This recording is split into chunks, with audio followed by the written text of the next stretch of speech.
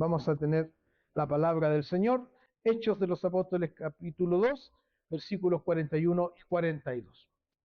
Si usted lo ha encontrado, le invito a ponerse en pie. Vamos entonces a leer estos dos versículos que van a ser la base. Dice entonces así la palabra del Señor. Así que los que recibieron su palabra fueron bautizados y se añadieron aquel día como 3.000 personas y perseveraban en la doctrina de los apóstoles, en la comunión unos con otros, en el partimiento del pan y en las oraciones. Bien, quiero hablar en esta hora sobre 4 pilares de una iglesia bendecida y poderosa en las manos del Señor. 4 pilares.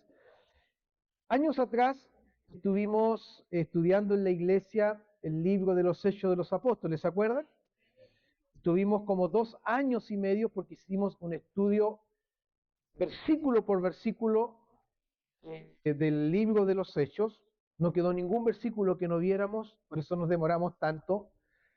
Y el Señor puso en mi corazón el lema para este estudio bíblico que dimos, Hechos de los Apóstoles, la iglesia que Dios quiere que seamos. El Señor puso eso en mi corazón, la iglesia que Dios quiere que seamos. Y yo recordaba esto mientras estudiaba este mensaje. Estamos en el contexto del capítulo 2 de los Hechos. Usted sabe que el capítulo 2 narra el derramamiento del Espíritu Santo en el día de Pentecostés, ¿cierto? Estaban ahí como 120, y cuando llegó ese día de Pentecostés, que era una fiesta judía, Pentecostés era la fiesta de las semanas que se llamaba, donde venían varones judíos de todas las latitudes a Jerusalén. Imagínense que la ciudad se llenaba, por así decirlo, de turistas, pero no turistas que venían a pasarlo bien, sino era gente que venía a la fiesta que Dios había establecido para Israel, que tenían que subir a Jerusalén. La otra fiesta era la Pascua y la otra fiesta era la de los tabernáculos.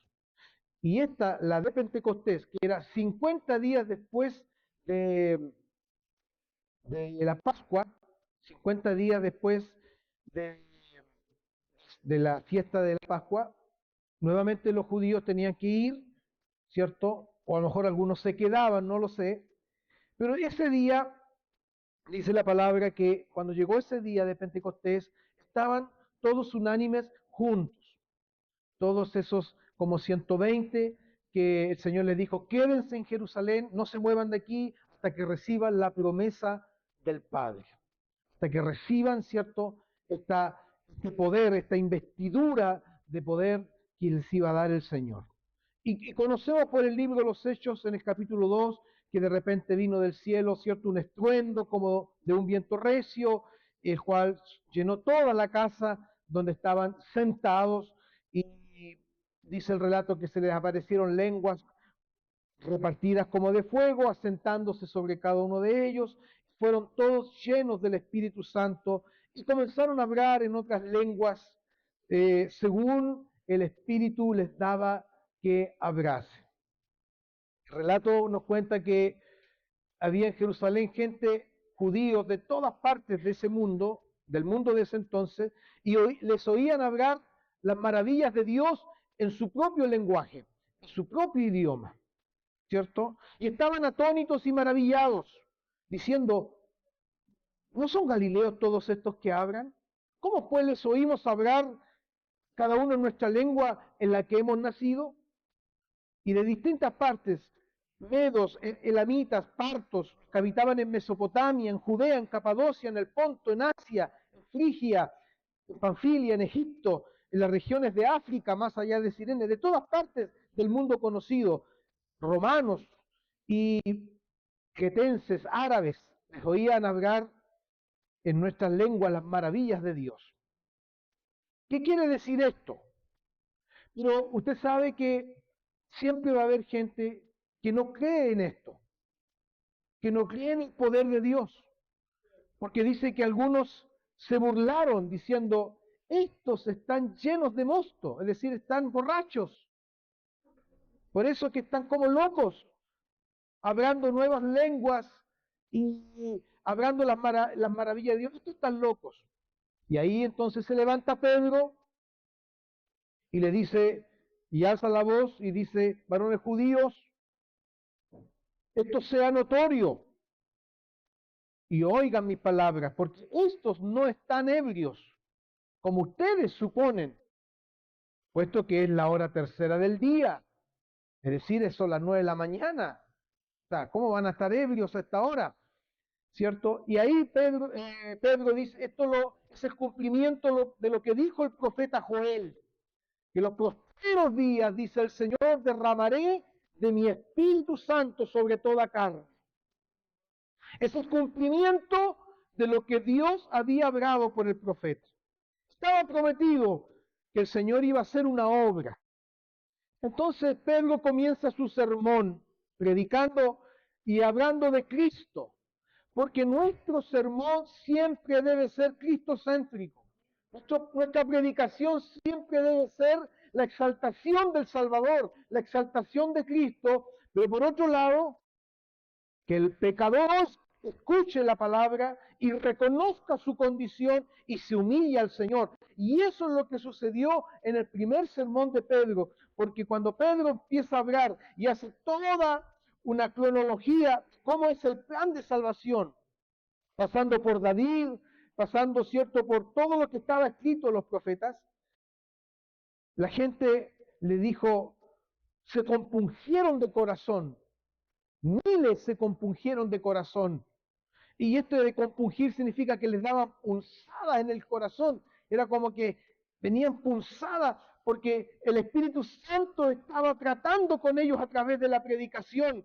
Y se cumplió lo que dijo Jesús, que cuando viniera el Espíritu Santo, Él convencería al hombre de su pecado. El Espíritu Santo es el que convence al ser humano de su pecado. Y estos que estaban allí, estos miles que escucharon el sermón de Pedro, se compungieron, vinieron como punzadas en el corazón y le dijeron, varones, ¿qué haremos?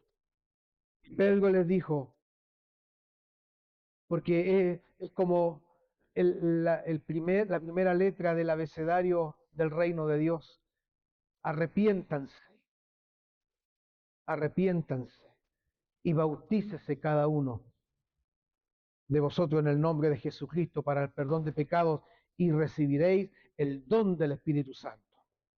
Entonces, cuando Pedro termina este mensaje, queridos hermanos, obviamente el Espíritu Santo obrando en los corazones, dice el versículo 41 que así que los que recibieron su palabra, miren qué interesante, recibieron la palabra de Dios.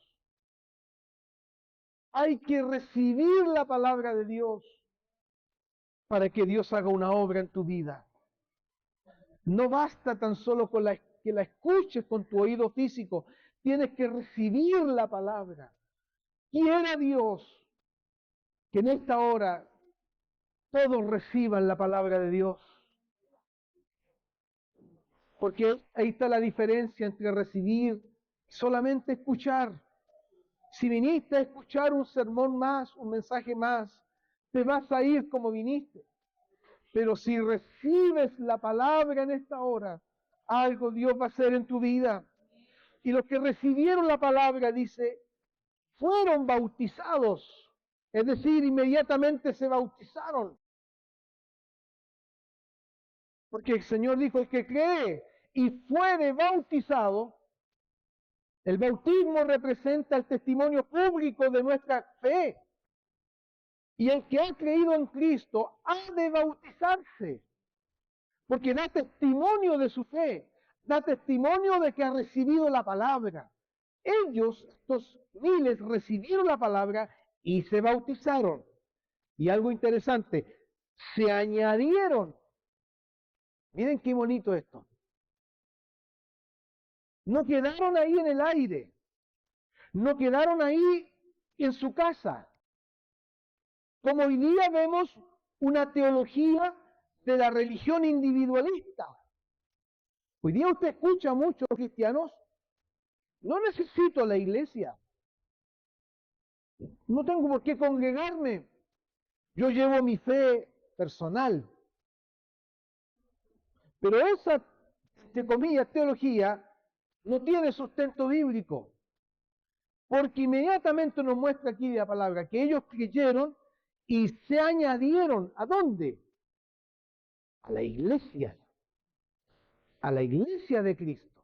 Se añadieron aquel día como 3.000 personas. ¡Oh, qué tremendo! Una iglesia que nace en un día de 3.000 personas. Se añadieron, no anduvieron dando vueltas, no se quedaron en la casa, no lloró en la casa. No, se añadieron. Y obviamente el trabajo de los apóstoles fue un trabajo firme, porque no tan solo se añadieron a la iglesia. ¿Y ahora qué hacemos? Y los apóstoles lo tomaron, los 12, obviamente con el apoyo de otros muchos más hermanos, porque 12 tratando de administrar a 3.000 es casi imposible, pero muchos más apoyaron la labor de los apóstoles. Y aquí quiero entrar ya de lleno en el mensaje. Encuentro cosas importantes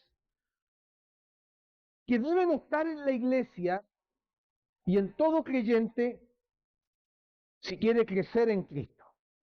Primero, dice que estos 3.000 comenzaron a perseverar. ¿Ha escuchado usted ese término perseverante? ¿Cierto? Cuando dicen uno, este hermano es perseverante. ¿Qué quiere decir? Que es constante en los caminos del Señor. Que está ahí siempre con la ayuda del Señor en los medios que Dios ha dispuesto. Persevera. No es esporádico, sino está ahí. Y dice que estos 3.000 que fueron añadidos, como 3.000, puede que hayan sido más, porque no se cuentan aquí mujeres ni niños, pueden que hayan sido más. Estos 3.000 perseveraban. La palabra perseverar significa una constante dedicación a algo. Estar inmerso en algo. Ese es el término original bíblico. Una constante consolidación de lo que está haciendo. ¿Y en qué perseveraban estos hermanos? Vamos a ver rápidamente 4 cosas. Los apóstoles los tomaron, estoy parafraseando solamente, y le dijeron, vengan para acá, vengan para acá. Ya ustedes ya han creído en Cristo, ustedes ya se bautizaron, ahora vengan para acá. ¿Ya? Eso es lo que hay que hacer en la iglesia, con los nuevos convertidos.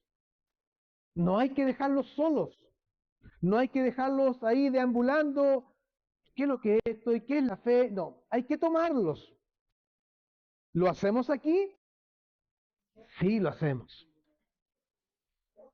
Claro, hoy día la gente más porfiada no quiere, pero de que lo hacemos, lo hacemos. Los apóstoles lo tomaron, vengan para acá. Y lo primero que empiezan a mostrarles y a decirles es la doctrina. La doctrina, dice aquí, de los apóstoles, que no es otra cosa que la doctrina del Señor Jesucristo. Primera de Corintios, capítulo 3, versículo 11. Dice, porque nadie puede poner otro fundamento que el que está puesto, el cual es Jesucristo. Los apóstoles recibieron la doctrina. Doctrina es enseñanza, es mandamiento. Lo recibieron directamente de Cristo. ¿Cierto? En los 3 años y medio que estuvieron con Él, lo recibieron directamente.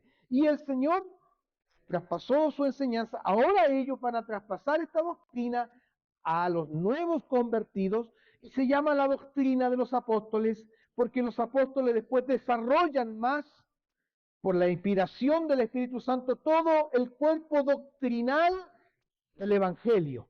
Las cartas paulinas, las cartas de Pedro, las cartas de Juan, ¿cierto? Las cartas universales desarrollan, explican todo el corpus doctrinal del Evangelio, llamándose ahora la doctrina de los apóstoles. ¿Cuáles apóstoles? Los que estuvieron con Cristo, no los de hoy día que algunos que se llaman apóstoles, no, se refiere a los que estuvieron con Cristo. Y les comienzan a enseñar, a enseñar, a enseñar, ¿cierto? Y ellos, estos que fueron convertidos y fueron bautizados, comienzan a aprender y perseveran en esto, en la doctrina de los apóstoles. Gloria al Señor. Creo que no es casualidad de que esté en primer lugar esto, porque necesitamos, una vez que hemos venido aquí, ser enseñados, ser discipulados, ser formados por la palabra. Si usted, mi querido hermano y hermana, se salta esto, usted va a ser un cristiano mal formado. Usted se va a formar mal.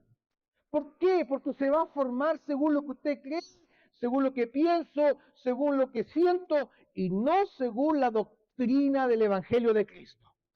Y este es el fundamento de todo cristiano. Su fundamento no es lo que usted sienta, su fundamento no es lo que usted crea, es que yo creo que es así. El fundamento de nosotros se llama Jesucristo, su doctrina o la doctrina de los apóstoles. Y les comienzan a enseñar. ¿Cuántos les gusta aprender de la palabra de Dios? Sea sincero, ¿le gusta a usted aprender de la palabra de Dios? ¿O le saca el cuerpo? Ay, porque hoy día vivimos eso. Queremos formación sin palabra de Dios. Y no puede haber formación cristiana sin doctrina. El otro día escuché, y no porque ande buscando en las redes predicaciones, porque usted sabe que a uno le llegan, estos algoritmos le llegan a usted, y me llegó un reel de un famoso, la verdad que no sé si llamarlo predicador, motivador, coach, no sé, pero es famosísimo y millones lo siguen. Y él decía esto, y yo decía, qué terrible lo que este hombre está diciendo. Pero muchos lo escuchan, y quizás ustedes lo escuchan también, no voy a decir nombre, nada. Y él decía esto, la doctrina no es importante. Miren, yo lo catalogo una herejía. La doctrina no es importante en la iglesia. Lo importante es cómo te sientas. Por Dios. ¿Podríamos decir que la doctrina no es importante? No. La doctrina de nuestro Señor Jesucristo es fundamental. Y no se trata cómo te sientas o cómo me siento, porque no me siento, aquí no me siento bien, no me... Esta cuestión no es de sentir, está siendo adoctrinado por Cristo, está siendo formado por Cristo en tu vida cristiana.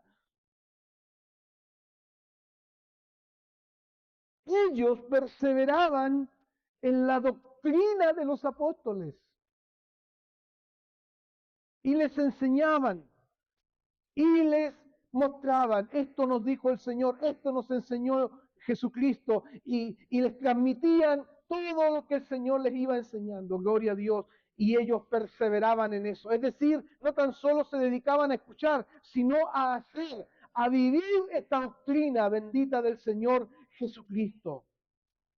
Por eso que Pablo le habla a Timoteo lo que va a suceder en los tiempos finales, tiempos que hoy día estamos viviendo, donde Pablo le dice, llegará tiempo cuando no querrán sufrir la sana doctrina, sino teniendo comezón de oír, dice Pablo, se amontonarán muchos maestros conforme a sus propios deseos y apartarán de la verdad el oído. Y eso es lo que hoy estamos viviendo, porque la gente no, doctrina no, mandamiento no, enseñanza no.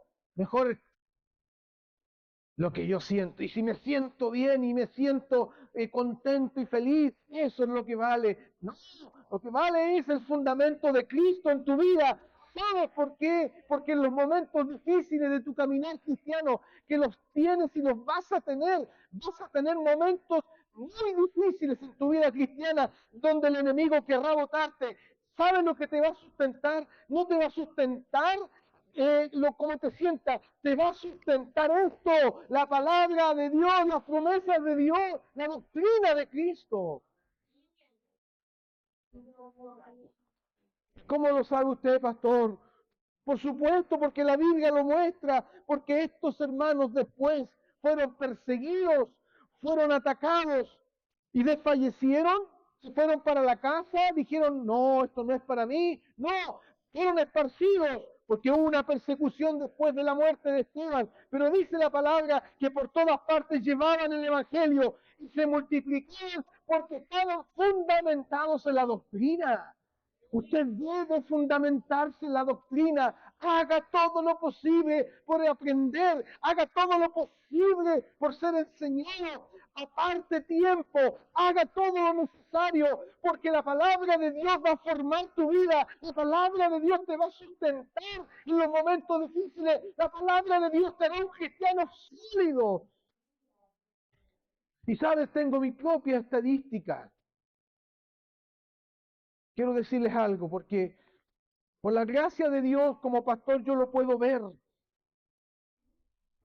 ¿Sabes cuáles son los cristianos más vigorosos y saludables en la fe? Los que reciben palabra, los que reciben enseñanza, los que reciben formación por la doctrina de Cristo. Pero muchos cristianos que no reciben esto, porque no quieren recibirlo, que no pueden decir, en la iglesia no se enseña, en la iglesia se descuida esto. No, no lo diga, porque no es así. Se da todos los medios, se da todas las facilidades para que la doctrina de Cristo nos forme. Pero muchos que no la reciben siempre están al 3 y al 4 espiritualmente, que decaído, que sin ganas, que sin fuerza, sin servicio a Dios. Claro, porque no está siendo formado por la palabra. Yo te animo, hermano, fórmate por la palabra. Y Dios ha dispuesto los medios en esta congregación para que usted se vaya formando. Haga todo lo posible. Haga todo lo posible. Y va a ver que su vida va a ser bendecida por el Señor. Perseveraban en la doctrina los apóstoles. Lo otro, rápidamente, perseveraban en la comunión unos con otros. ¿Qué es comunión? La muy hermosa palabra koinonía que ustedes ya la han escuchado, significa compartir. Cuando tenemos comunión, compartimos, tenemos unidad, una estrecha asociación, una participación, una sociedad, un compañerismo, una hermandad. ¿Cuántos hoy están contentos de ver a su hermano?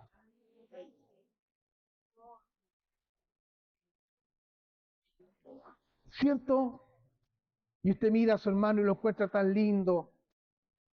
Mira a su hermana tan linda. Eso es comunión. Unos con otros. Y sabe, yo a usted lo echo de menos, o la echo de menos, cuando no la veo, o no lo veo. Yo los echo de menos. Y digo, ¿qué le habrá pasado al hermano? No vino el domingo el hermano o la hermana. Lo echo de menos. Vendrá ya en la semana. No llegó en la semana. No vino el otro domingo. puta, ¿qué le habrá pasado al hermano, a la hermana? No la vi. Ya va a llegar la otra semana. 2 semanas. Tercera semana. No vino el hermano, no vino la hermana. Y ahí ya me empiezo a preocupar mucho. Y es más, me empiezo a angustiar. Digo, Señor, ¿qué pasa con el hermano? ¿Qué pasa con la hermana? Pasa 1 mes, 2 meses, 3 meses. ¿Qué pasa ahí? No se está perseverando en la comunión unos con otros. Pastor, ¿usted está diciendo que tenemos que estar todos los días en la iglesia? No, no estoy diciendo eso. No lo dice aquí la palabra. Pero para tener comunión unos con otros, tenemos que estar juntos. Tenemos que vernos. Y hay un dicho por ahí, no lo dice la Biblia.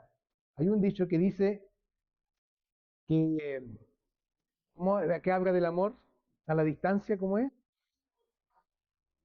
Ayúdenme. Corazón que no ve, ojos que no ven, corazón que no siente. Creo que está en Juan 4. No, no, no. No, no está en la Biblia. Ojos que no ven, corazón que no siente. Y es verdad.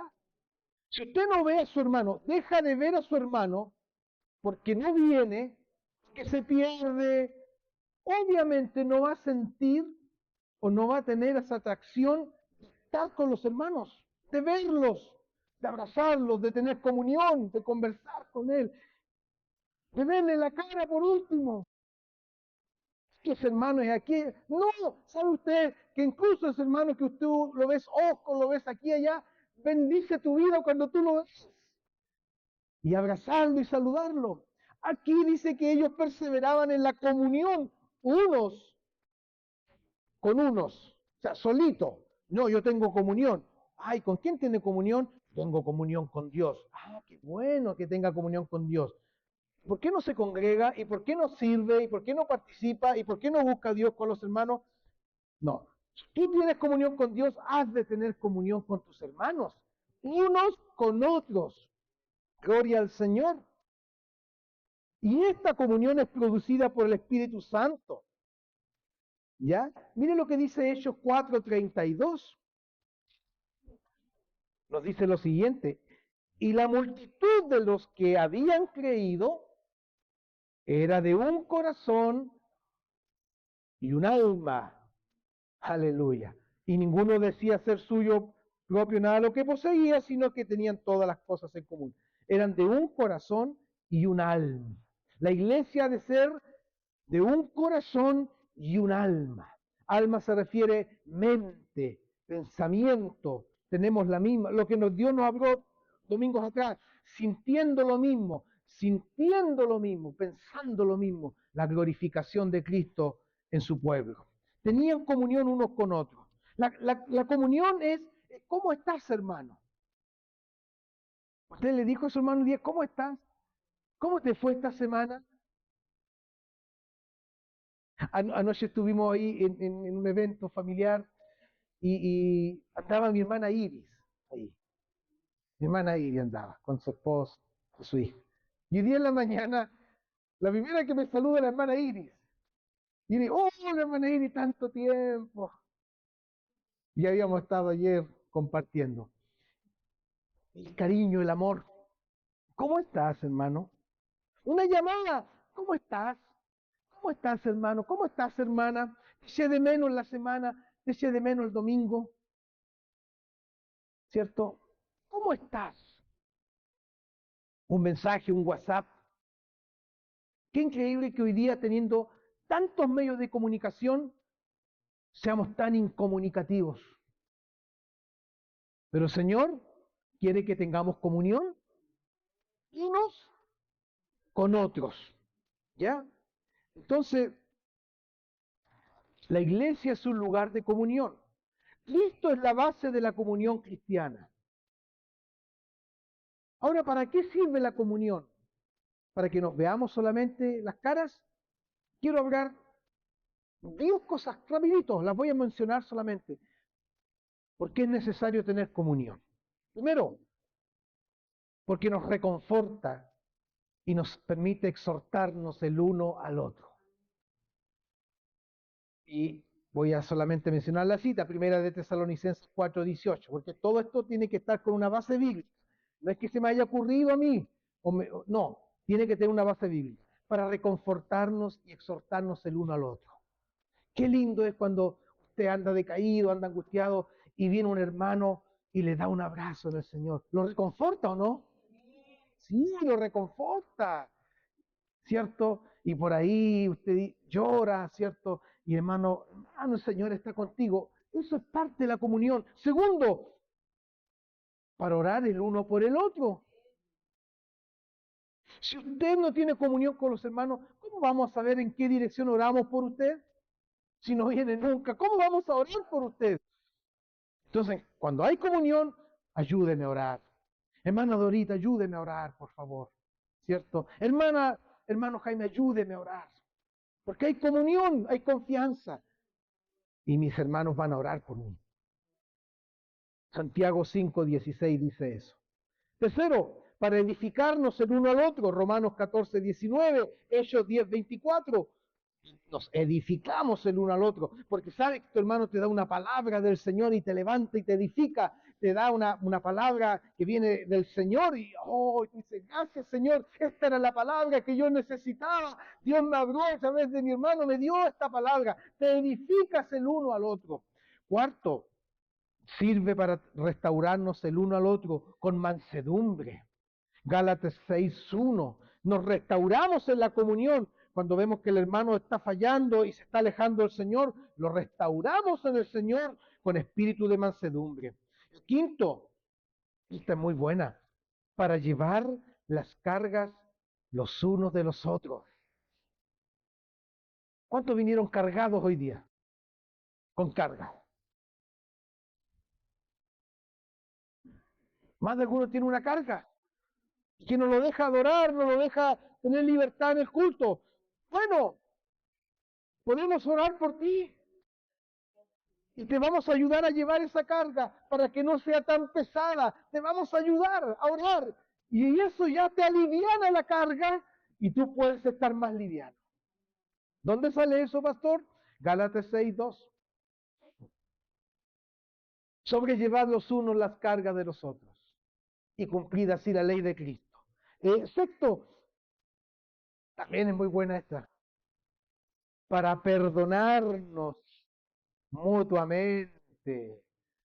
Sí, porque en la comunión nos vamos conociendo y de ahí de repente flora el viejo hombre o la vieja mujer, ¿cierto? De repente, y ahí como que hacemos cortocircuito, pero como tenemos comunión, nos perdonamos. Yo te perdono, tú me perdonas. Séptimo, bueno, también está la cita ahí, Efesios 4:32, Colosenses 3:13. 7, para amonestarnos el uno al otro. Claro, al tener comunión no está todo, que sonrisita y no, también sirve para amonestarnos. Hermano, usted tiene que, no está obrando bien, busque al Señor, pida la voluntad de Dios, usted lo amonesta. Si ve que su hermano va por un mal camino, usted lo amonesta en el Señor. Romanos 15:14, Colosenses 3:16. Incluso, octavo, confesar nuestras faltas. Hermano, sabe que fallé delante del Señor. Y el hermano, ¿qué te va a decir? Vamos a los pies de Cristo, Él te va a perdonar. Santiago 5:16. 9, reprender el pecado del uno del otro, muy ligado a la amonestación, Efesios 5:11. Y décimo, ayudar al hermano más débil.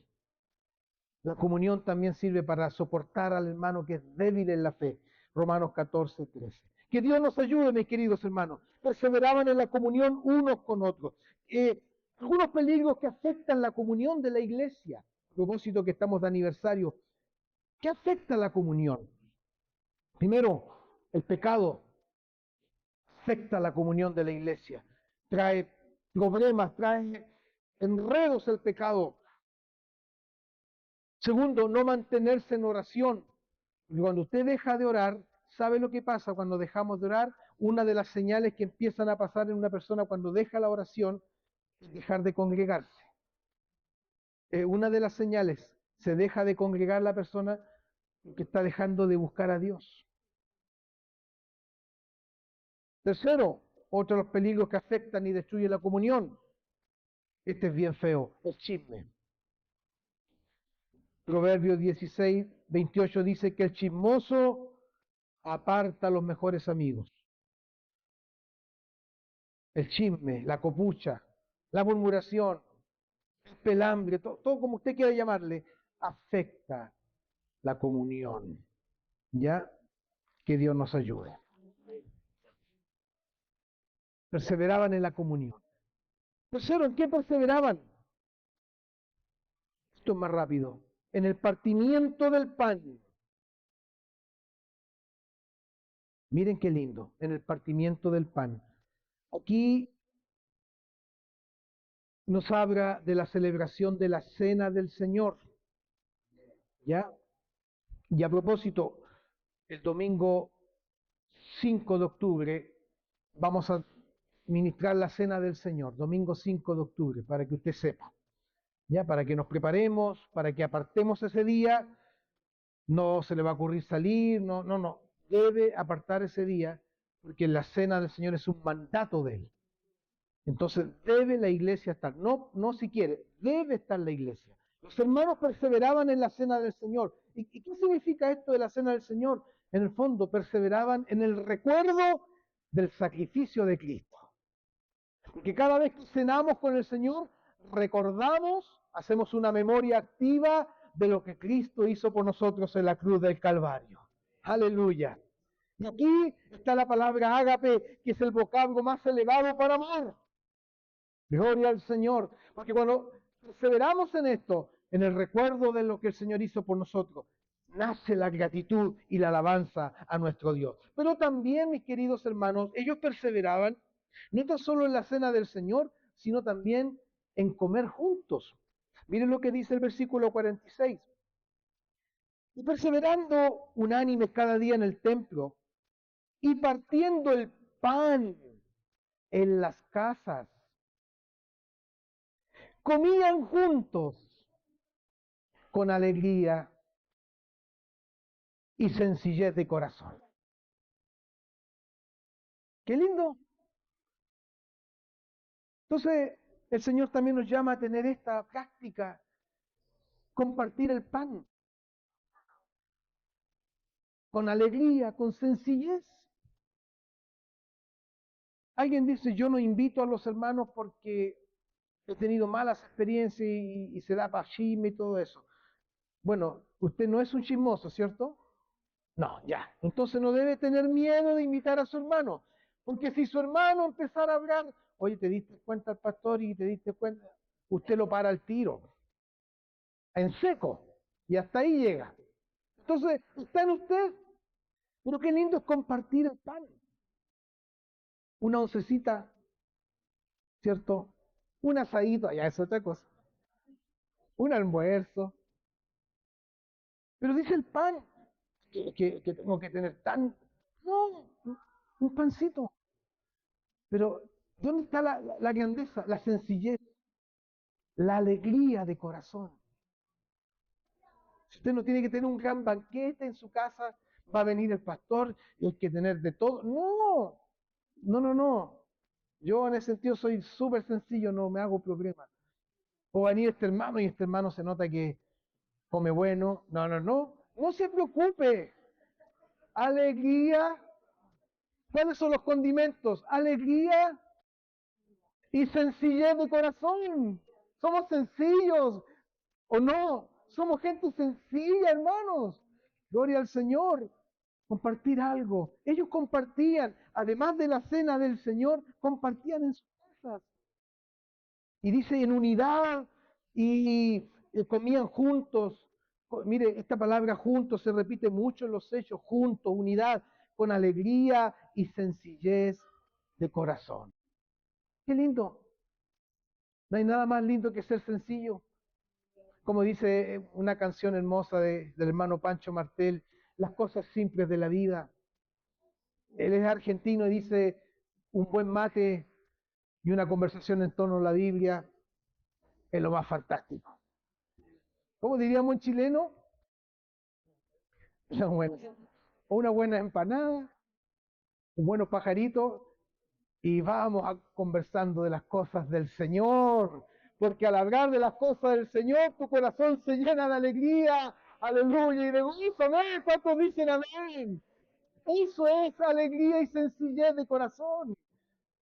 Perseveraban en eso. Y lo último, y ya estamos terminando, y no porque este el último sea lo menos importante, no, perseveraban en las oraciones. La palabra de Dios nos dice que debemos orar en todo tiempo, con toda súplica y ruego y acción de gracias. Incluso Jesús nos dijo en Mateo 18:19, que si dos de vosotros se pusieren de acuerdo en la tierra acerca de cualquier cosa que pidieren o oraren, el Señor iba a responder. Estas oraciones habla de que la iglesia primitiva era una iglesia de oración. ¿Dónde oraban? En las casas. Oraban en los pórticos del templo, porque no había un templo como lo tenemos hoy día nosotros, no había un lugar establecido. Ellos se juntaban en los pórticos, que eran entradas del templo de Herodes, ese hermoso templo, y ahí se juntaban y hacían oraciones. Tenían sus oraciones personales, sus oraciones en las casas. Acuérdense que cuando Pedro fue encarcelado, ¿qué estaba la iglesia haciendo? Estaba orando. ¿Y dónde estaban orando? En la casa de una joven llamada Rode. Ahí estaban orando. Si no tenemos templo no podemos orar. No, no, no, no. La oración no está supeditada a un lugar. Puedes orar en tu casa, puedes orar incluso en la calle, puedes orar. Y ellos perseveraban en las oraciones. Gloria al Señor. Es orar al unísono, en armonía. Es un acorde de voces que sube al cielo como un bello canto brotado del corazón. Gloria al Señor. En armonía, aquí la palabra es sinfoneo, de ahí viene sinfonía. La oración de la iglesia debe ser una sinfonía, que es una oración en unidad, es una oración en armonía, todos orando en un mismo objetivo, en un mismo propósito. Me encanta cuando se llama a la iglesia a orar, me encanta cuando dice mi hermana Angie llama a la oración y dice, vamos a hacer una cadena de oración o nos vamos a juntar a tal hora a orar. Eso es maravilloso, todos debemos decir amén, porque Dios nos llama a orar en sinfonía, en armonía. Es una de las oraciones, porque usted tiene su oración personal, ¿cierto? Tiene su oración a solas con el Señor, tiene las oraciones de la iglesia cuando oramos aquí, tiene su oración matinal en la noche, pero también está la oración de la iglesia. No te restes de orar cuando se llama a orar, porque esa es una oración poderosa en las manos del Señor. Hechos 4, 23, 24 dice, y alzaron unánime la voz a Dios. Y Hechos 4, 31, terminaron de orar y tembló el lugar en que estaban congregados y todos fueron llenos del Espíritu Santo y hablaban con de nuevo la palabra de Dios. Queridos hermanos, para ir ya culminando, ¿cuáles son las 4 consecuencias de todo esto? De perseverar en la doctrina, de perseverar en la comunión, de perseverar en el partimiento del pan en la cena del Señor y perseverar en las oraciones. Mira lo que dice el versículo 43. Y sobrevino temor a toda persona, y muchas maravillas y señales eran hechas por los apóstoles. ¿Qué se refiere a esto que sobrevino temor? Sobrevino respeto y una convicción a los pecadores de que eran pecadores y de que tenían que arrepentirse para ser parte del cuerpo de Cristo. No nos habla de que aquí se burlaban o sarcasmos por el pueblo de Dios. Al contrario, vino, dado por Dios, un respeto reverente y un temor al nombre de Cristo. Una iglesia que tiene estas 4 condiciones va a generar respeto, va a generar que la gente tenga temor de Dios. Porque una iglesia que enseña la doctrina, el pecador es interpelado por el Espíritu Santo arrepentirse. Y no es llegar acá, qué buena onda esa iglesia, me reciben tal como soy y me dejan ser tal como soy. No, debe sobrevenir temor a toda persona, temor para que se arrepienta, temor para que sea parte ahora del cuerpo de Cristo. Y eso es lo que necesitamos. Y como dice nuestro himno antiguo, haz temblar al pecador, como en el día de Pentecostés. ¿Sabes? Hoy día necesitamos que el pecador tiemble, no que se burle, no que se sienta a gusto en una iglesia y diga, me gusta esa iglesia porque me dejan ser como soy. No, que el pecador tiemble ante la presencia de Dios y pueda ser llevado al arrepentimiento. Sobrevino temor. Y además, muchas señales y maravillas eran hechas. ¿Sabes? Las señales van a venir, los milagros, las maravillas, las respuestas a la oración, que es lo que hace, que es proclamar al Cristo vivo. Ese es el respaldo, el visto bueno de Dios a su iglesia. Seguirán estas señales hasta que Cristo venga por su iglesia. Que Dios nos bendiga. El Señor bendiga su palabra. También vino alegría y sencillez de corazón. Que lo que más falta hoy en el mundo es la alegría, el gozo. Pero la iglesia tiene alegría. ¿Cuántos están gozosos en esta mañana? ¿Usted anda angustiado? No, Dios no nos llamó para vivir angustiados. Dios nos llamó para disfrutar de su gozo. Y ser sencillos, hijos de Dios. Aleluya. Y aunque Dios te bendiga y te dé grandes bendiciones, sé sencillo. Y yo alabo a Dios como Dios bendice a mis hermanos y los prospera. Sigue siendo sencillo la mano del Señor. Tienes una profesión, tienes un título, tienes un cargo en una empresa, lo que tengas, sé sencillo. Eso pasa cuando la palabra de Dios nos ha formado. Dice la palabra que también el pueblo los favorecía. Tenía, dice el Señor, teniendo favor con todo el pueblo. ¿Qué se refiere? No era porque eran la iglesia, sino por su nombre, no, sino por lo que eran y hacían. Jesús dijo, para que vean vuestras buenas obras y glorifiquen a vuestro Padre que está en los cielos. Es decir, el mundo va a dar gloria a Dios por lo que hacemos. Gloria al Señor. Y lo último, la última consecuencia, y cierro ya el sermón para ir concluyendo. Y dice, y el Señor, versículo 47, la traducción correcta es, y el Señor iba añadiendo cada día a la iglesia los que iban siendo salvos. El Señor añade a los que van siendo salvos. Porque la gente va a querer estar en una iglesia donde se enseña la doctrina de Cristo. Aunque usted no lo crea. Porque de repente nos dice, pastor, cuide el mensaje, ni que hay gente nueva.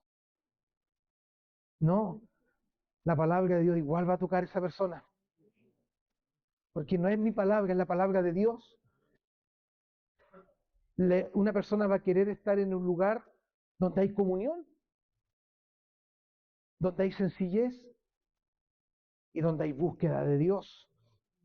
Y el Señor añadía cada día a la iglesia a los que iban siendo salvos. Esa es la traducción correcta. Solo llegaban al camino. El ejemplo de cristiano es el mejor testimonio que podemos dar después de la predicación que podemos decir. A veces hacemos muchas cosas novedosas, atractivas, métodos para atraer a la gente a Cristo, pero el mejor método es que la iglesia viva la palabra de Dios, tenga comunión unos con otros y sea una iglesia de oración. El Señor se va a encargar de hacer el resto. Hermanos, la iglesia que el Señor quiere que seamos. Al concluir en este nuevo aniversario de nuestra iglesia, nos queda mucho trabajo que hacer y nos queda mucho que aprender. Yo quiero invitarte, amado hermano, que perseveremos en la doctrina, en la comunión, en el recuerdo activo de lo que Cristo hizo por nosotros en la cruz del Calvario, y que perseveremos también en las oraciones. Dios te bendiga, iglesia. Como quisiera que después de este mensaje, muchos de los que no están perseverando en estas cosas comiencen a perseverar. Hay una escuela bíblica, estudia, conéctate. Si no puedes venir presencialmente, conéctate, mire todos los medios, todo lo posible. Dile, Señor, dame sabiduría, ¿cómo me organizo, Señor? Que mi hijo no me deja, porque tú no me dejas. Ora al Señor, Señor, que mi hijito se quede tranquilito cuando yo esté estudiando la palabra. Y hasta en eso el Señor te va a responder. Pero si no le pides, es que mi esposo llega justo a esa hora y como mi esposo no es convertido, se enoja, otra vez te hacen lo mismo. Pídele al Señor, Señor, que llegue como una blanca paloma y que no se enoje, Señor. Y ahí usted le da un besito, ¿cierto? Y le hace un cariñito y se lo gana, pero aprende del Señor.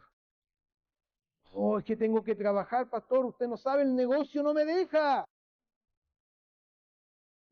Pídele al Señor, Señor, por esa única horita y media de estudio, que no llegue ninguno, no llegue ningún cliente. ¿Qué le dijo Jesús a Marta? Marta, Marta, estás muy afanada, pero tu hermana María cogió la mejor parte.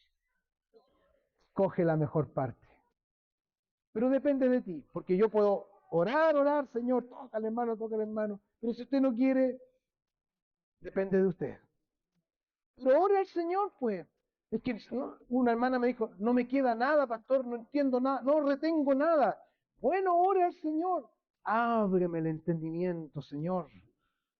Y así como retengo las novelas y retengo todo lo que veo, retenga la palabra, Señor. ¿Y Dios te va a responder o no? Dios te va a responder. Y la última, la salud no me deja. ¿Quién es nuestro sanador? El Señor. Pídele al Señor que te sane. Por último, que te sane en esa hora y media. Esa hora y media, Señor, no quiero sentir ninguna molestia, pero quiero aprender, quiero recibir doctrina, quiero recibir enseñanza, quiero crecer en el Señor. Depende de usted. Y Dios va a hacer la obra. Dios bendiga su palabra y feliz aniversario, iglesia, y que el Señor nos ayude a seguir perseverando en la gracia de Dios.